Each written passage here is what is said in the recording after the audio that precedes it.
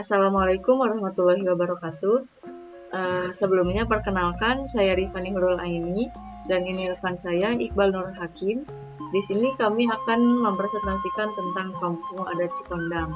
Nah, Kampung Adat Cikondang ini berada di Desa Lamajang, Kecamatan Pangalengan, Kabupaten Bandung. Selanjutnya ada sejarah singkat dari Kampung Adat Cikondang ini.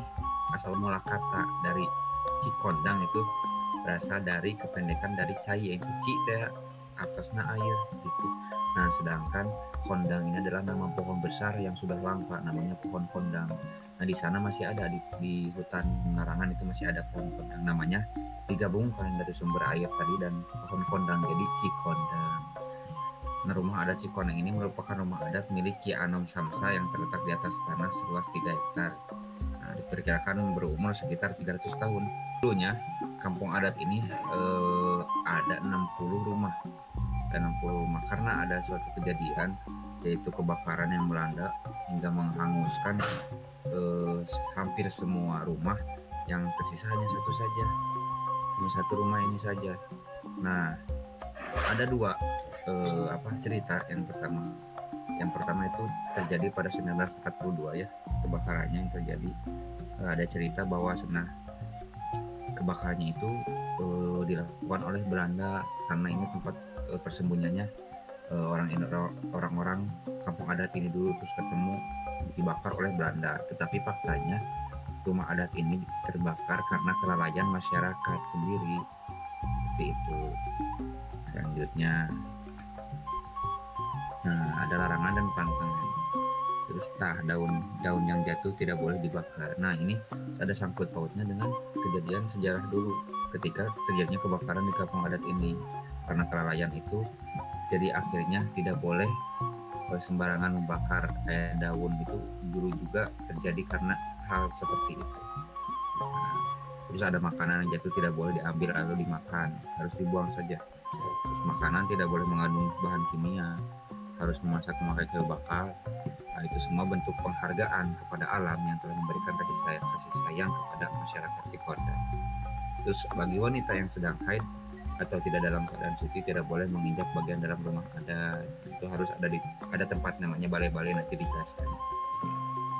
Terus untuk yang melahirkan pun tidak boleh masuk, hanya bisa di balai-balai ini kalau melahirkan.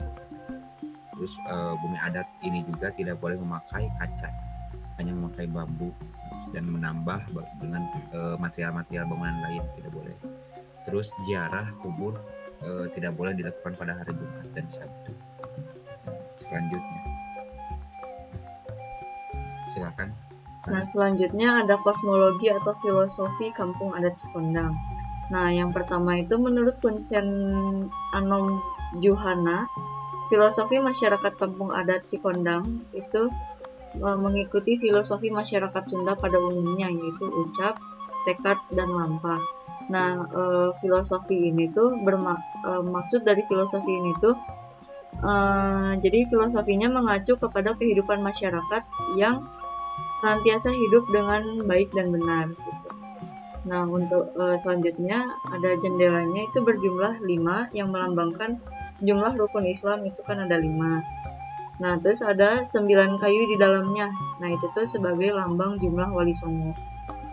Terus selanjutnya ada pintu yang hanya ada satu, memiliki makna asal ti Allah, mulang ke Allah. Nah, itu tuh artinya jadi kita itu diciptakan oleh Allah ya. Terus kita pulang juga balik lagi ke Allah. Nah, terus rumah panggung Cikondang memiliki ukuran 8 x 12 meter. Nah, maksud di ukuran ini tuh 8 meter merujuk pada nama-nama tahun dalam bahasa Arab. Nah, untuk 12-nya merujuk pada nama-nama bulan dalam Islam.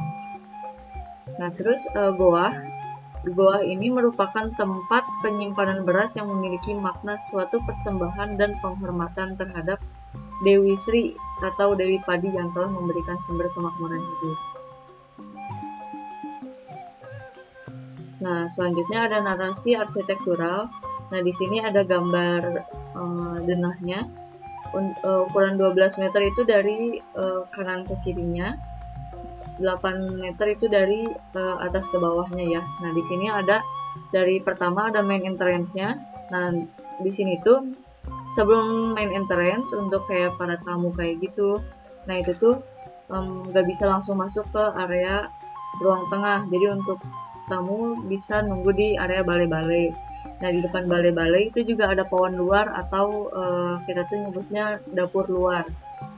Nah, setelah masuk itu ada ruang tengah sama pawon dalam. Nah, ini tuh sebenarnya berada di satu ruangan yang sama. Nah, terus habis itu di sebelahnya ada goa dan juga ada kamar juru kunci. Nah, untuk kamar mandi itu berada di area luar rumah, berjarak 5 meter dari rumahnya.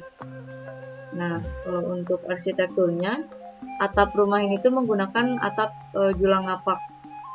Nah, terus konstruksi si atap ini juga terdiri dari kuda-kuda dengan bahan kayu. Nah, untuk jendelanya itu ditutup dengan bambu. Nah, untuk atapnya itu atap bambu yang dibelah dua dengan teknik pemasangan tumpang tutup kemudian dilapisi ijuk. Nah, ini yang dinamakan dengan atap julang ngapak. Terus untuk perubahan saat ini, untuk sambungan atapnya dulunya itu menggunakan join atau adu manis. Nah, tapi karena ada perubahan sekarang ditambah dengan paku atau sambungan lainnya. Nah, untuk akulturasi terjadi karena sebelumnya kan fungsinya itu sebagai rumah adat ya. Nah, sekarang berubah fungsi menjadi cagar budaya. Nah, ada perubahan fungsi zona ruang di rumah adat itu. Yang pertama itu ada balai-balai. Si balai-balai ini tuh sebelumnya zonanya itu zona semi publik. Nah, karena ada akulturasi jadi berubah menjadi publik. Nah, untuk pawon luar sebelumnya publik tetap publik. Ruang tengahnya awalnya semi private menjadi publik. Pawon dalam semi private menjadi semi publik. Untuk goa karena goa menjadi tempat menyimpan sesaji ya dulunya, tapi karena sekarang hanya difungsikan saat mau ada ritual upacara adat. Jadi yang sebelumnya private menjadi semi private. Nah, kamar juru kunci itu yang sebelumnya private tetap private. Lanjut. Ya, untuk selanjutnya ada narasi interior dan akulturasi. Nah, yang pertama ada balai-balai. Nah, ini balai-balai ini pada bagian luar difungsikan dahulu itu sebagai tempat menerima tamu jika belum diperbolehkan masuk ke ruang tengah ya, dan sebagai ruang sementara bagi wanita atau salah satu anggota keluarga juru kunci yang sedang haid tadi. Jadi yang sedang haid itu tidak boleh masuk, hanya bisa di balai-balai saja. Terus yang melahirkan hanya bisa di balai-balai ini saja, tidak boleh masuk. Nah, terus seiring berjalannya waktu, akulturasi budaya masuk, fungsinya balai-balai ini beralih menjadi tempat penyimpanan tambahan alat makan kayak bahan baku makanan dan minuman untuk jamuan ritual upacara adat 20 tahun pada 15 Muharram. Nah, terus ada yang di depan balai-balai ini, yang kedua ada pawon luar. Nah, pawon luar ini berfungsi untuk dulunya sebagai difungsikan sebagai tempat untuk memasak sehari-hari. Nah, memang pawon luar ini dari dulu sampai sekarang tetap fungsinya sama gitu. Dan di sini ada hawu buat api unggun buat masak. Terus di atasnya ada parasena ini untuk menyimpan bahan-bahan makanan yang kayak mau diasap gitu. Ini ada sampo biasanya sih, ada hui biasanya ada di sini. Nah, selanjutnya ada ruang tengah. Nah, tadi akan ada balai-balai masuk ke sini ke ruang tengah. Nah, ruang tengah ini biasanya digunakan juru kunci untuk menerima tamu yang datang berkunjung dan sekaligus digunakan untuk acara ritual setiap tahunnya pada 15 Muharram. Nah, tepat di atas ruang tengah ini terdapat ada pagok berupa lantai seperti palupo sebelum plafon, jadi ada tingkatan gitu untuk menyimpan ini bahan-bahan baku makanan lah sejenisnya gitu. Itu biasanya makanan yang sudah jadi ya, jadi pas mau disajiin bisa disimpan di atas gitu. Bagian atas pagok ini di dalam ruangan ini masih ada terdapat parako. Nah, ini parako ini. Nah, ini biasanya digunakan untuk menyimpan makanan terus mengeringkan hasil panen yang kayak di tadi yang parasena itu biasanya disimpan di sana, makanan-makanan sampel gitu kayak hui gitu. Nah, seiring dengan perkembangan zaman dan mengakulturasi dan membuka diri menjadi wisata cagar budaya ini, siapapun sudah diperbolehkan mengunjunginya. Selanjutnya, Nah, selanjutnya ada pawon dalam. Nah, untuk pawon dalam ini berada di satu ruangan ya, seperti yang sudah tadi dijelaskan, berada di satu ruangan dengan ruang tengah. Nah, si pawon dalam ini tuh hanya difungsikan sebagai tempat untuk menanak nasi atau memasak nasi dan memasak air. Nah, selain dari untuk masak-masak besar yang kayak gitu, itu dilaksanakan di pawon luar. Nah, di pawon dalam ini terdapat hawu. Nah, hawu ini digunakan selain untuk buat masak, ini juga bisa digunakan sebagai perapian untuk menghangatkan badan. Nah, di pawon dalam juga terdapat parasune sama kayak di pawon luar. Nah, parasune ini difungsikan sebagai tempat menyimpan segala jenis bumbu dapur atau perlengkapan-perlengkapan untuk memasak. Nah, untuk pawon dalam ini dikelilingi oleh parako yang terbuat dari tanah liat. Fungsinya sebagai pembatas antara hawu dan bagian lantai. Nah, ini tuh si parako ini terdapat perbedaan ketinggian lantai dengan lantai yang lainnya.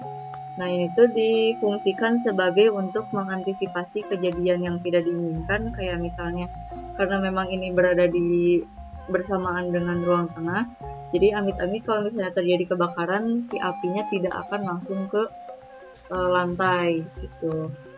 Nah, selanjutnya ada goa. Nah, goa ini tempat menyimpan beras atau sesaji juga disimpan di goa.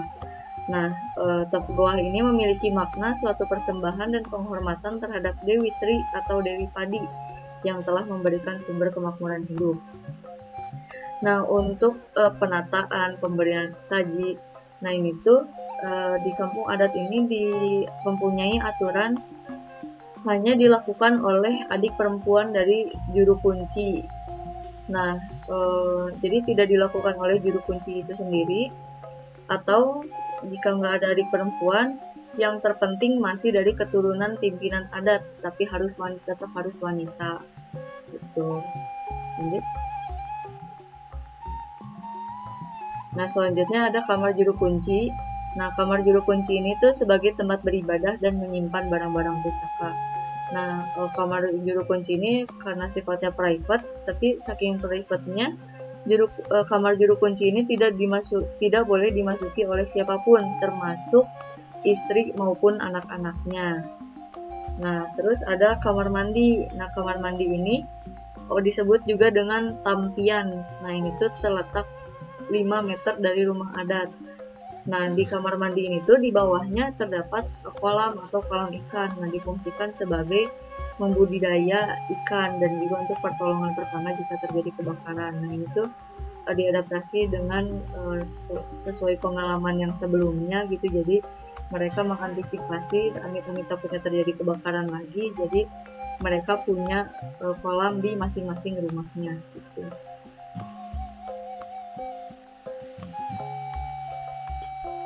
terima kasih. Sekian presentasi dari kami. Mohon maaf lahir dan batin. Mohon maaf jika ada kekurangan. Assalamualaikum warahmatullahi wabarakatuh.